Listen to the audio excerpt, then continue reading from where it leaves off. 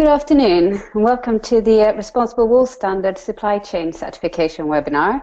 My name is Hannah Deans and I'm a Standards Manager at Textile Exchange working on the RWS. With me I have my colleague Lee Tyler, Senior Manager of Standards and Compliance. Next slide. Hello. Please, Lee.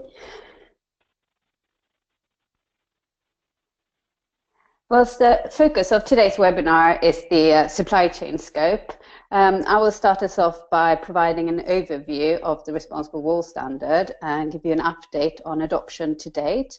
I will then hand over to Lee, who's going to be covering the detail of the supply chain scope and what is needed for compliance and how the certification process works.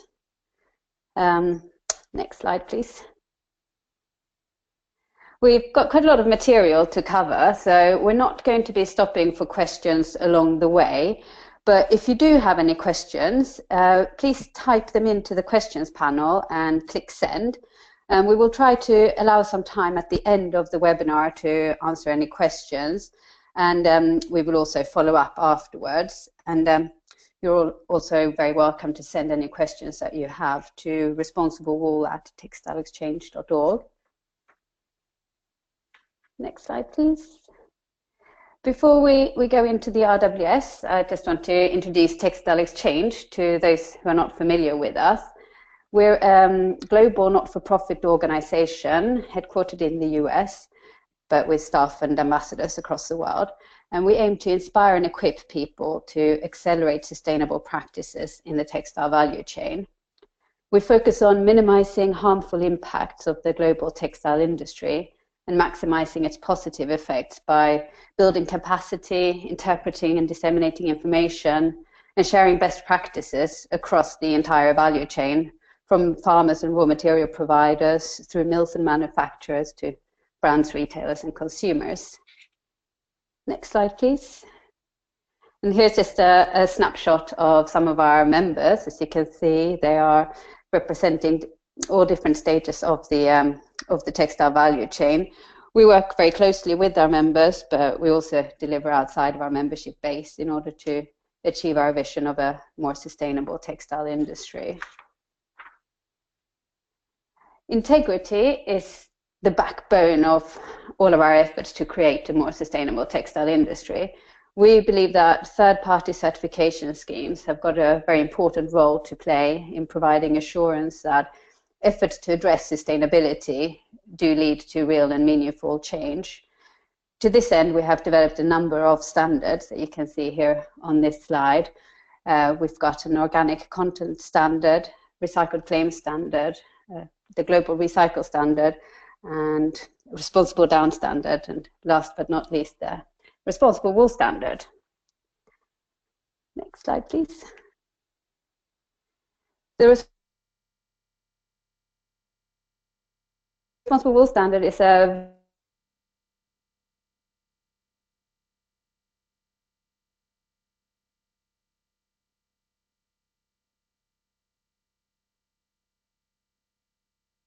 standard that to ensure that wool comes from farms that have got a progressive approach to managing their land and from sheep that have been treated responsibly. Next slide, please.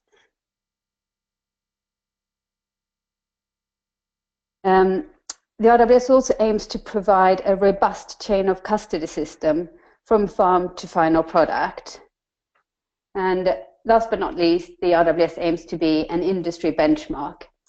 A big driver for its development was the absence of a single third-party verified global tool for brands to help them to efficiently source to meet their sustainability goals and the expectations of their customers.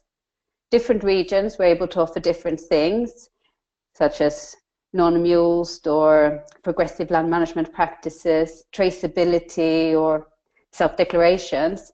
And what the RWS does is it pulls together animal welfare and land management criteria, as well as chain of custody, into a single globally applicable solution. Next slide, please. In today's webinar, we're not going into the details of the entire standard, but for context, we're going to look a little bit at how it's structured. It's divided into two scopes. You can see over here on the left, you've got the farm scope, and then what we will be focusing on, the supply chain scope, which covers all the stages after the farm. Next slide, please. At the farm level, the standard addresses land management and animal welfare. And when it comes to land management, many of you might be aware that wool has got a history of not ranking very well in some sustainability benchmarks and ratings tools, such as the Higg index or the Made By benchmark, which rates wool below virgin polyester. The reason for this is largely due to the difficulties that assessment tools have in accounting for land use and grazing lands. It's important to be aware of, though, because they do drive and influence sourcing decisions and contribute to how market share trends go. And as you can see on this graph, there is a strong growth from man-made fibers, whereas wool has got a much flatter curve. There is a lot of work underway to overcome some of the challenges of applying assessment methodologies such as life cycle assessment to wool production. For example, there is a lot of work underway on developing different allocation methodologies and addressing the complexities that are caused by just the diversity of farming systems and production regions that there are.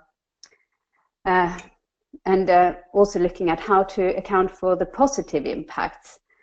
And this is really a key point, as there is a growing body of research that offer evidence that properly managed grazing lands can have positive land use impact through improved soil health and drainage, and it might actually even mitigate greenhouse gas emissions through carbon sequestration.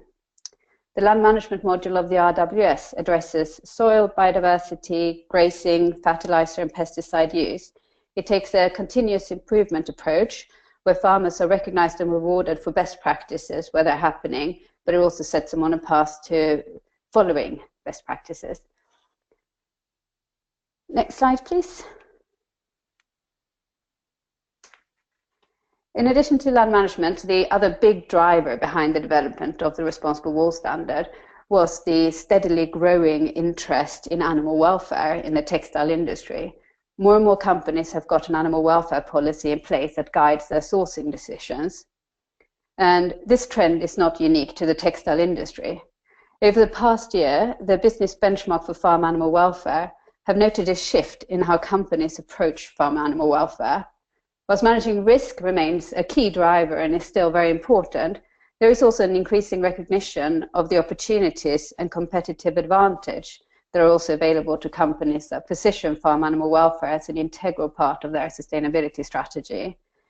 This shift is further supported by the latest Eurobarometer consumer survey, which found that 94% of Europeans think that protecting the welfare of farm animals is important, and half would look for labels to identify animal-friendly produced products. And it's not just European consumers that care. The Consumer Report survey in the US found that 84% of respondents considered better living conditions for farm animals as important or very important. And the World Animal Protection Survey of Chinese consumers found that not only did the consumers consider farm animal welfare important, but they're also willing to pay more for a higher welfare product.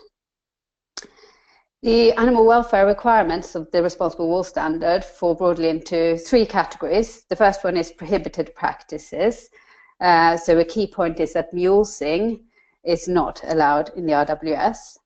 There are also requirements that restrict practices, so it limits how certain animal husbandry practices can be carried out. And it also has proactive practices, so things that contribute to overall health and welfare of sheep. So it takes a holistic approach. Next slide, please. Since the standard was released in June 2016, it's fair to say that a huge amount of work has gone into growing the adoption by everyone from farmers, supply chain actors, brands and certification bodies. And on this slide here, you can get a snapshot of some of the key actors that have worked to grow the supply of RWS certified wool at the farm and first processing stages. Next slide, please. And here's a snapshot of some of the brands that have made public commitments to sourcing RWS certified wool. This is by no means an exhaustive list, and there are many more that are working on developing their RWS sourcing strategy and setting targets. And an important point to note in terms of the brand commitments is that the interest comes from a very broad range of brands, so everything from outdoor apparel to high street and luxury, as well as the home furnishing sector. Next slide, please. And I'll just finish off here by signposting you to the certified sites listings. There is a dedicated website for the Responsible Wool Standard where you can find out information about the standard and different tools and resources, and we also publish listings of all certified sites there. And now I will hand over to Lee, who's going to talk about the supply chain scope. Great, thank you, Hannah. As you can tell, Hannah is the farm expert, and I'm on the supply chain scope expertise. And it's part of the reason that we have separate scopes for the standard is because it does require a separate set of expertise for all those involved, including certification bodies, accreditation bodies. So I'm going to focus on this, and there is, as Hannah said, a lot of information on these slides, so it will be a very light touch. Hopefully we'll have some time at the end for questions, but if not, we'll have the recording. You can always follow up by email. So all of our standards, as Hannah mentioned and showed you the map, they all follow the content claim standard basis chain of custody. And within that, everybody needs to be certified, everybody that is buying and selling product. And there are subcontractors as well, but we don't want to overcomplicate this. But all core processes, that is the major changes to products, all have to be separately certified as well, even if they don't own the product. So that would be if a yarn spinner was subcontracted out, it still has to be certified as an entity. So everyone from the farm, any traders involved that are buying and selling, any yarn spinners, fabric mills, garments, factories, all the way through to the final business-to-business transaction, all of those entities have to be certified. And this is just an example of why, and just the complication that is involved in the textile industry. Everyone is aware of. There are many, many different actors, many different traders involved in between, and there has to be a solid chain of custody between all of these actors in the chain. And if this is an example we use all the time. It has cotton, recycled bottles, and wool here is at the bottom as an example, but the flow of goods is documented all the way through to the end and to the final retailer itself. And if we go back to this one, you'll notice that the retailer does not need to be required, it's not required to be certified because they're the final business to consumer transaction. It's between the brand usually and the retailer is the last certified transaction. Now the principles of chain of custody, and this is just our chain of custody with our standard. It is very similar to the Global Organic Textile Standard. We align a lot of the time with them, but there are other models of chain of custody, so I don't want to go into those, but just to point out that this is very specific to ours, and it's that the product has to be identified as certified product at all times, segregated from non-certified products, and that at each stage there is a volume reconciliation to ensure that inputs match the outputs. It's preventing fraudulent activity where more product sold cannot occur than was purchased. That's the basic tenets of our chain of custody, which is all in this document, the content claim standard itself. And it has a manual as well. So if you're ever looking online, this content claim standard 2.0, the manual has guidance in it along with the actual standard itself. So it's the best document to look at is the content claim standard manual. So we have the full standard requirements and then little boxes that have the actual guidance itself that's usually intended for certification bodies, but it's just good information to know for all certified entities. It has some clarifications, and we'll be releasing a new manual update in 2018 with lots of updated guidance since this was released in March of 2016, I believe. And again, this is our suite of standards that Hannah showed before. and we're focusing on this orange layer here with the content claim standard. So in this case with the RWS, the input has been verified at the farm level and chain of custody takes over. There is no processing for social, environmental, and chemical through the supply chain like there is with the global recycled standard, but there is a material content claim at the end for labeling. So that's how our functionality is spread out among our different standards and layers like this. So all of them have chain of custody though, so this is all relevant for all of our standards, but it's somewhat brand new for the wool industry, and a lot of our brands and members have asked us for this webinar, so that's why we're doing this, and to offer some clarification points for an education for certification bodies as well. So this is the basic tenet of our chain of custody. It revolves around these two certificates, and it's a scope certificate, that's the SC on the bottom there. That just says that each of these sites has the ability to produce in accordance with the standard. They have the competence, they have the segregation has been demonstrated, the identification has been demonstrated to auditors on site in a physical annual audit. Every time that they sell to a new entity in the chain, they have to request a transaction certificate of their certification body as the buyer, as the seller of the product, naming the buyer that they're selling to. And we'll go into a more specific example here in a minute. But that will establish an entire chain of custody throughout the entire textile supply chain. And so that at the end, as a retailer, all they need to have is an incoming transaction certificate into the process to know that everybody in the chain has been reviewed, audited, and the volumes have been checked at each stage. So zooming in on an example between this yarn spinner and a fabric mill, the spinner has to be certified and issued a scope certificate in order for this fabric mill to purchase from them. And then additionally, they have to be using those certified inputs and issue a transaction certificate for that product that they're receiving. So the fabric mill has to have both of those in place. And if they're choosing the yarn spinners from a list of yarn spinners, they would want to see and ask for that scope certificate to say, you are a certified company, and I know that it's a valid certificate. If you ever have any doubts, you can go to the certification body on that scope certificate and verify that it is a valid certificate. It's a good practice. And then whenever you receive your shipment, you're going to need, as a fabric mill, you would need that transaction certificate in order to prove that you did purchase certified goods. And when you apply for a transaction certificate going forward, you'll have to show this transaction certificate to your certification body. And many times it's the same certification body, so they have that on file already, but it will be part of your input verification process.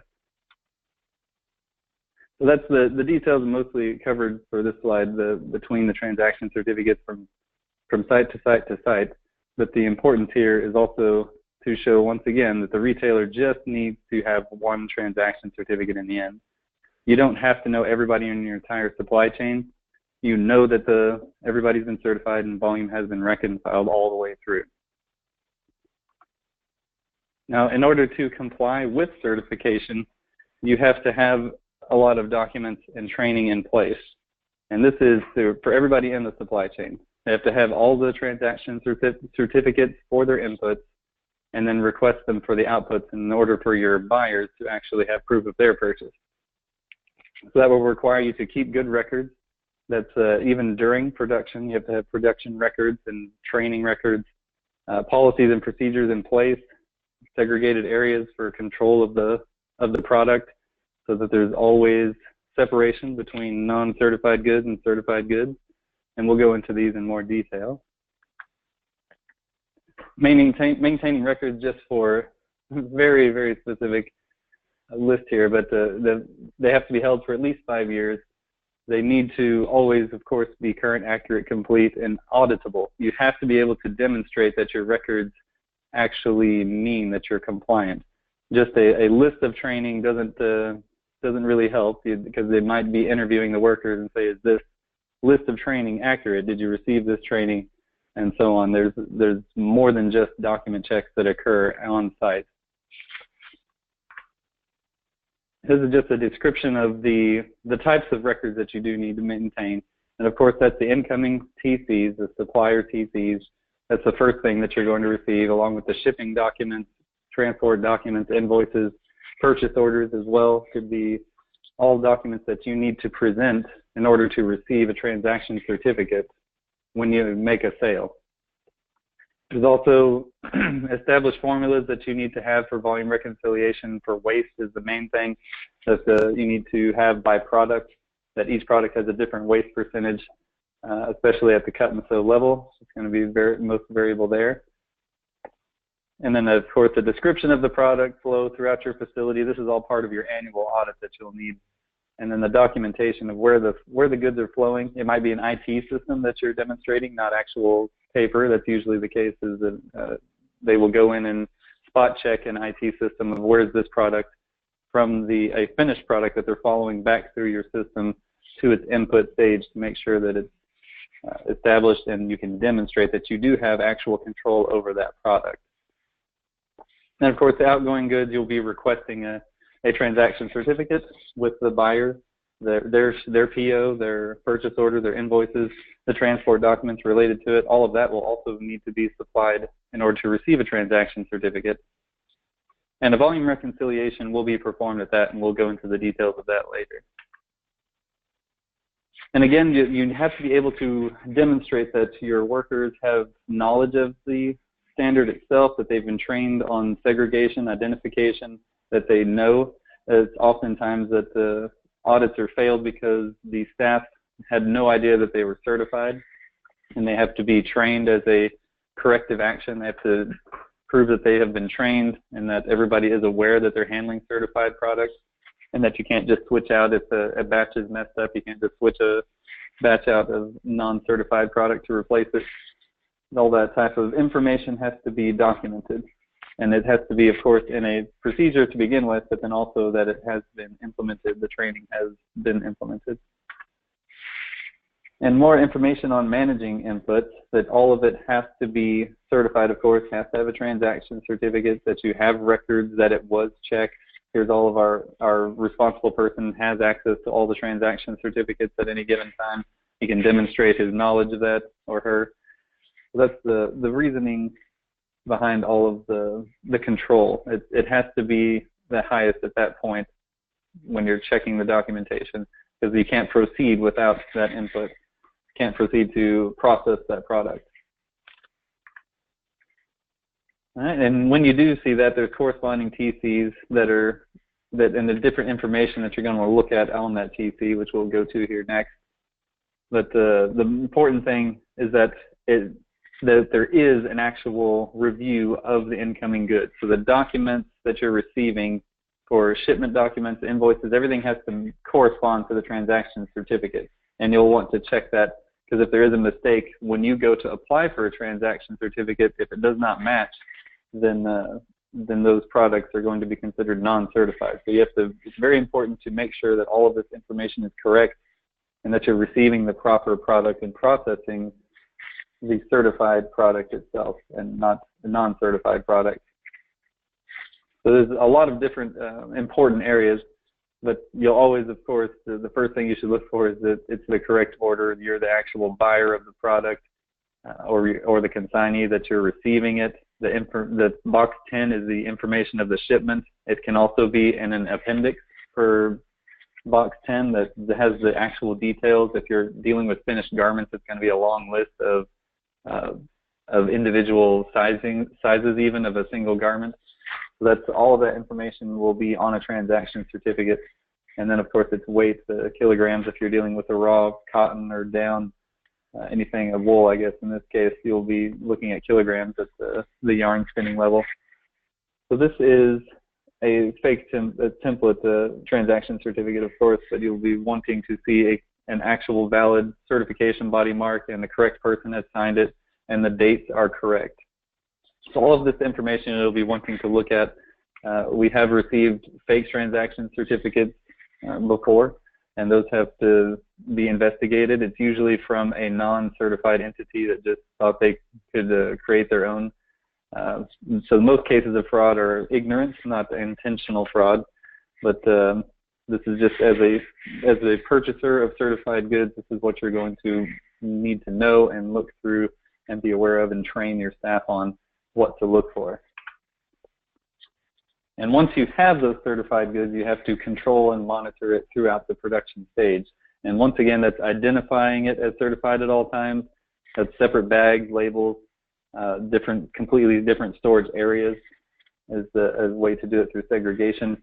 And even different machinery can be set up to handle just certified goods. That's often the case for organic, especially, because otherwise you'll have to clean out the machines between production runs, which you can't help it a lot of times. But a lot of the manufacturers that we've gone and audited do have segregated separate machines, so they don't have to do a continual clean out between the manufacturing of certified goods and non-certified goods. And of course, proper storage means that there's no way that a worker can mistakenly grab the incorrect non-certified product and try to process it as certified. All right, and the same principles basically for storage: identify, segregate, and store it so that it cannot be commingled or contaminated right up next to another non-certified product. So an open box of yarn that doesn't have a bag around it, or two wool bales that are just right up against each other that don't have the outer bag around it, could cause fibers to commingle and contamination. It's more important, of course, for a chemical and processing standard like the Global Recycled Standard or organic, but it won't pass the audit if there are possibilities of commingling between certified and non-certified products. All right, this is just more of the same of managing outputs. Very, very much the same that we've already reviewed. This is the detail. I'm not going to go into it again, apart from saying that you have to have the transaction certificate for your incoming goods, matches the documents, and that it was maintained throughout the process in order to receive your transaction certificate for your buyer. And they'll calculate the volume reconciliation at that point by checking that incoming TC. So this is the process. As the seller, you're going to talk to your responsible certification body, which may be different than the buyer's, but they're going to issue the transaction certificate on your behalf once they have verified that input and output volume reconciliation. Then they will send the TC. A copy of it can be sent directly to the buyer just for convenience. It's up to you and the certification body to decide, but usually it will come back to you and you send it to the buyer. And oftentimes the product is already shipped. But under proper handling and monitoring, the buyer should not begin processing or doing anything with it until they have received that transaction certificate. Okay, now that we've mentioned volume reconciliation, but this is just a basic idea that the quantity of incoming goods, in this case it's a picture of down going into jackets, that particular kilograms of down has to match the quantity that is being put into the final garments. And it's a little bit more difficult with this particular type of product instead of wool, but the certification body will have been told by the manufacturer and then verify that it makes sense, the quantity that would go into each product itself, and verify that the inputs match that potential output. And the formulas themselves have to be submitted by the manufacturer, but the certification bodies have to have industry expertise to know whether or not that is realistic. And that is basically it. We don't have the very, very detailed volume reconciliation example that takes a while to go through, but inputs matching outputs is the basic idea behind volume reconciliation. All right, so now the certification process itself, it's very variable depending upon your preparation. So this is part of why we're including this here, is to try to prepare you to understand the process, to reduce the time and cost that's involved just by educating yourself. And you definitely should read the documents as much as possible, understand the responsible wool standard, the content claim standard, and remember you want to just go straight to the content claim standard manual because it has all of the information that you'll need to understand about chain of custody, especially if you are a manufacturer, a supplier, spinner, yarn spinner, garment factory. the content claim standard is what's important to you. What's in the responsible wool standard is just so that you understand the type of product, what has happened to it at the farm level that you are handling itself, and also labeling information is within the standard.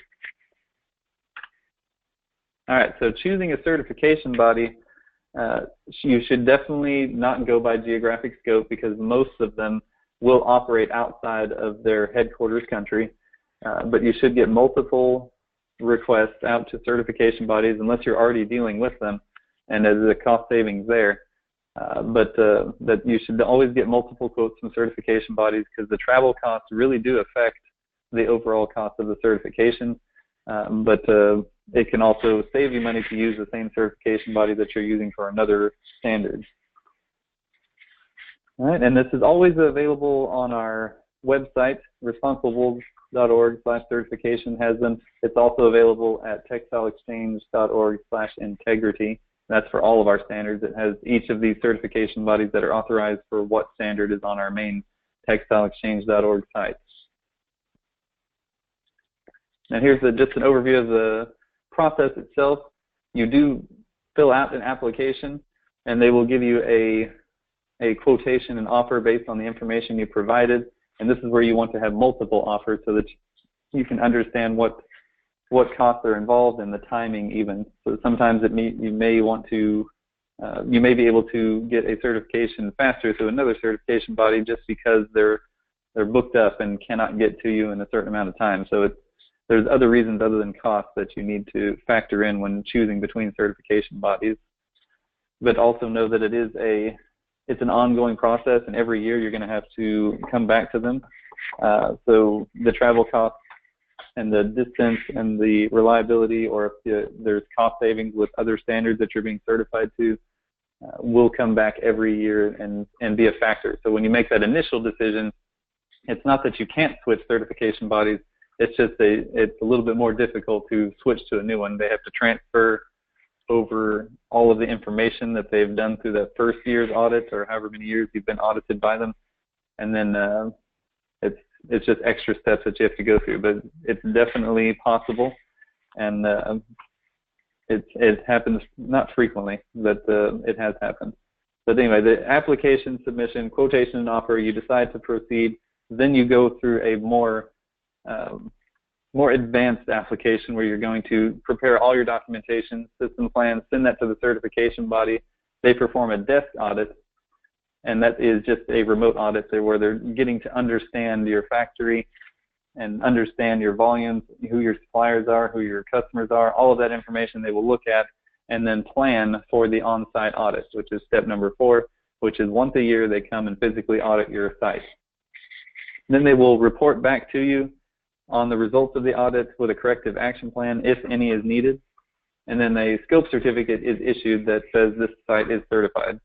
Now sometimes the corrective action plan and the time it takes to demonstrate that you have corrected any of those actions can be the longest delay in certification, apart from scheduling the audit itself. So make sure that you have as quick communication and as frequent communication with your certification body as you can, because there's delays, can be delays from both the certified site and the certification body in communication. So you want to always communicate as quickly as possible, get your corrective action plan in place in order to not hold up your certification. And this is, of course, the most frequent questions we get is, what does it cost me? And this is, of course, complex and variable depending upon where you are, where the auditors are, if they're available even. They may be traveling from another audit and the distance is even further. But the complexity of your operations is a factor, especially for the farm side. But even if you have subcontractors in your supply chain, if there's a dye house that is dyeing your wool for you, that adds to the possibility of on-site inspections for that dye house. It just depends on the certification body's understanding of the risk of that site. And we do require random audits as well. Throughout all of our standards, there has to be a minimum random factor put into that. And so that all of these contribute to the cost of the certification. We do say, on average, just a regular supply chain audit for a single site that does not involve subcontractors or anything. We give the range of $1,500 to $3,000 US, and we've used that range and reconfirmed it just this past year during our annual certification body meeting. And of course, it can go way beyond that. It can go even below $1,500, quite a bit. We've seen. So that's the average range that we feel safe giving out. And there's also the transaction certificate cost. It can go down as low as $8 up to $75 per transaction certificate.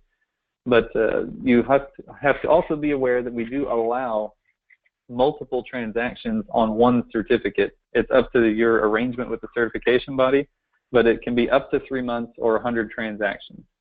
And that's more helpful at the end of the supply chain with brands that are selling to many different retailers. They can wait and have the transaction certificate issued at the end of 3 months or end of 100 orders to save costs on, it could be $40 on average, I think, is the average transaction certificate cost for each of those.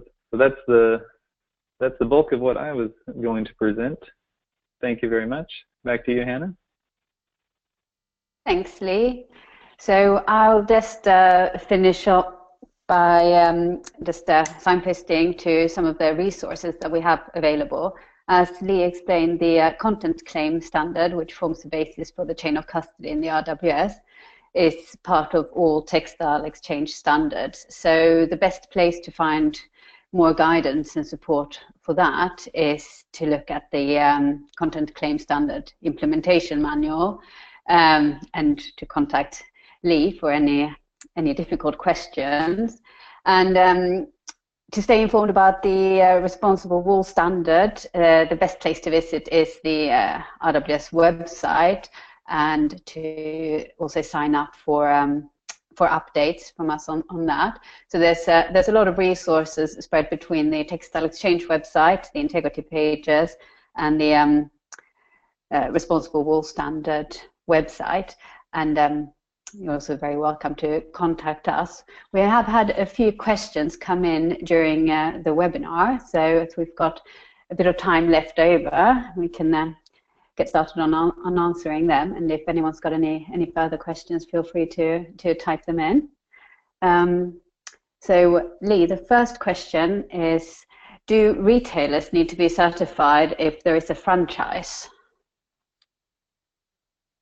Right. The short answer is yes. If they are buying and selling as a brand / retailer and they're selling to individual franchises, then there's a change of legal ownership, which would be the case, then yes, they do need to be certified. The franchise itself does not need to be certified if they're the ones that are selling only to the end consumer.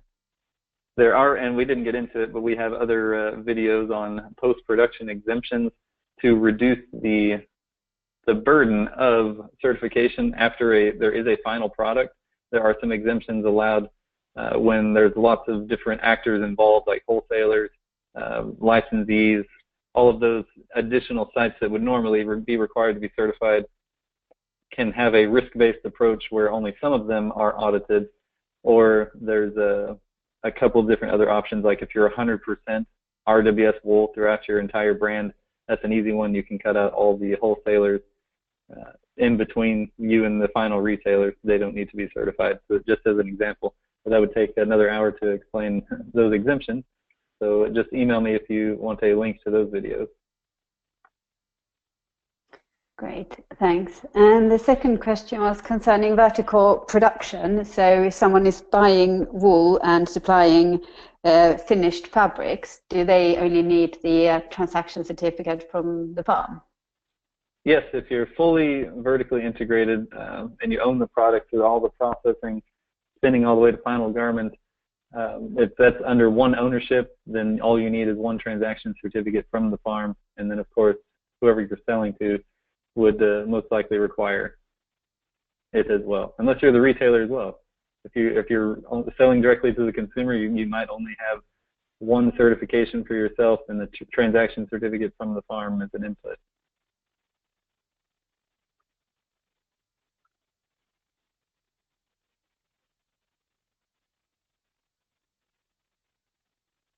Annie, you there? with the Oh, there you are. requirements We around. lost you. I'm here. Can you hear me? Yes, I can hear you. The next question was regarding the cleaning out of machinery. What the reasons are for that, for considering it's an animal welfare standard. That the reasons are clear in the case of presence of GMOs. But what's the reason for Right. these requirements? It's not like a technicality of sustainability apart from if you're making an animal welfare claim and a land management claim around every single fiber of that wool. So if there is fibers left over from non-certified wool in the machine, it would get in there and it would contaminate the claim itself. So it doesn't affect the quality of the wool or the fact that there would be GMOs or chemicals being transferred between it. It's the fiber content itself that you're making the claim around, and that would be compromised if the machines are not cleaned out itself. And if we did ever get into the modules which have been discussed of the chemical, social, and environmental aspects of processing that wool, then that would already be in place and practiced, and it could also be applied to those wools. So if you have another standard that is looking at chemical application of that wool, like the dyes itself, or if there's some kind of standard or even a restricted substance list tied to that wool, then the practice is already in place for the cleaning out of the machines to prevent that kind of commingling, and it can be tied to that individual product. So it's not related to the standard in that case, but it is related to outside processing claims made by other standards, because what we're doing with the content claim standard is saying that this product has been segregated throughout its entire process, and there's a verification of that occurring. Hopefully that makes sense. It did, thanks. The next question is, do garment factories making garments with RWS fabric require certification too, and do they need separate machinery and equipment? Similar as the questions and I guess the explanation, that yes, they do have to be certified for sure. You don't have to have separate machinery and equipment. That's just an efficiency. Most of the time, nobody has the capability to do that. It's just the sites that we have seen were able to have enough volume that they're running constantly, and that's it's much more efficient for them to have a separate segregated machinery, and it helps their audit, of course, to say these are our certified machines only. But in the case of sewing machines, you would just have to clean out the remaining fibers before you started processing a certified wool product. If you're switching back and forth, it would have to be a clean out process, and you would have to demonstrate what is the policy around the clean out process, and have you trained your employees how to do that in order to pass that particular audit at a garment factory. Okay, thanks. And the next question is, what happens when the buyer is a small designer that sells to the end consumer? Do they need to certify? If they're selling to the end consumer and they're purchasing a completed garment itself, then no. If it's a core process, like a small designer is buying fabric and they're creating garments themselves, that's considered a core process, and thus they would need to be certified in order to ensure that they're not purchasing non-certified fabric and mixing it into a single product. There does have to be control over the core process of a garment itself. But if they are purchasing a finished, already just from a supplier, already finished garment, and they're selling directly to consumers, then no, they're considered a retailer in that case, and they don't need to be certified.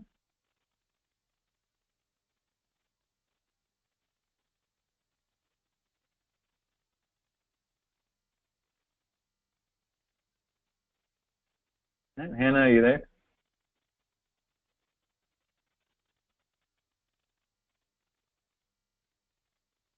I'm just reading the next question on the list. As we see that brands out there offering traceable wool without RWS standards, are there other systems or certifiers than RWS? And that would be a question for Hannah. And my audio is just restored. There you go. Did you see the question about, are there other RWS standards? Or other wool standards like RWS? I did. So okay.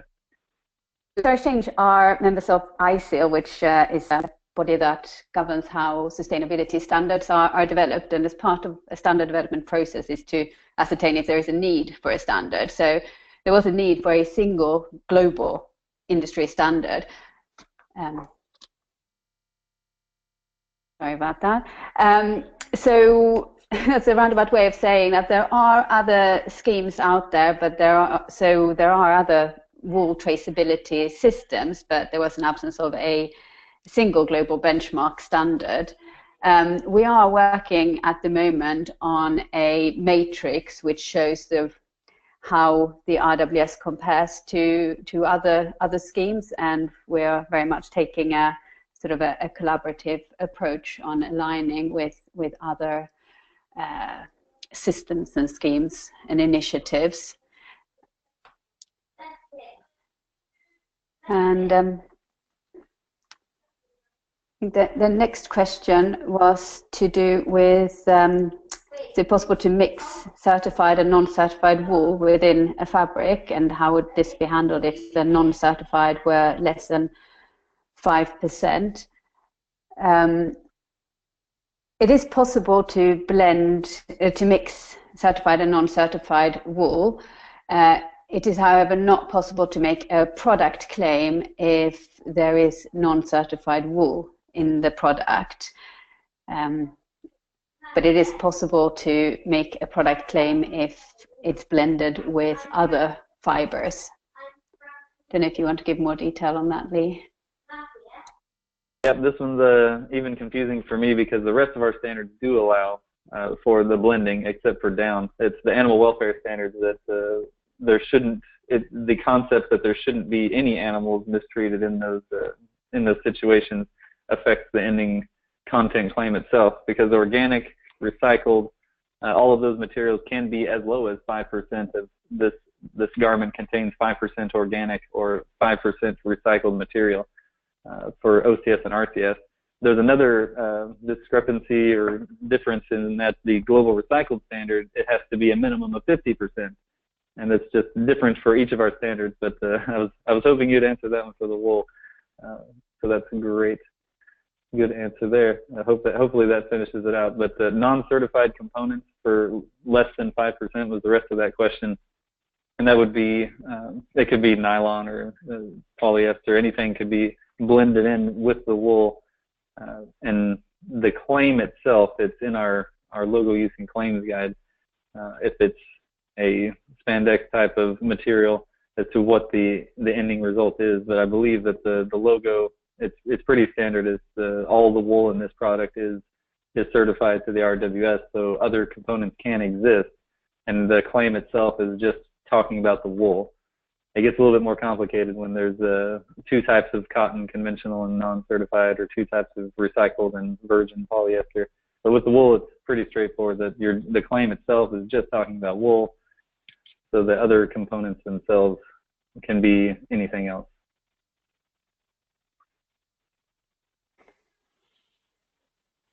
The final comment's not a question, it's just it's good that there's a benchmark on other standards and schemes. And I will say that they did do a lot of work. Hannah might not tell you, but they did do a lot of work talking to other existing standards and players in the industry to find out, did something need to exist? And the ending result was yes, it does need to exist on an international level, and thus the responsible wool standard was created. Great, and I think unless there are any further questions, I can offer you 10 minutes back of your day. So thank you very much for attending today's webinar. We will be sending out the recording afterwards, and as I said before, if you have any questions at all, you're very welcome to email us at responsiblewool@textileexchange.org. Thank you very much. Thank you, everyone. Have a good day.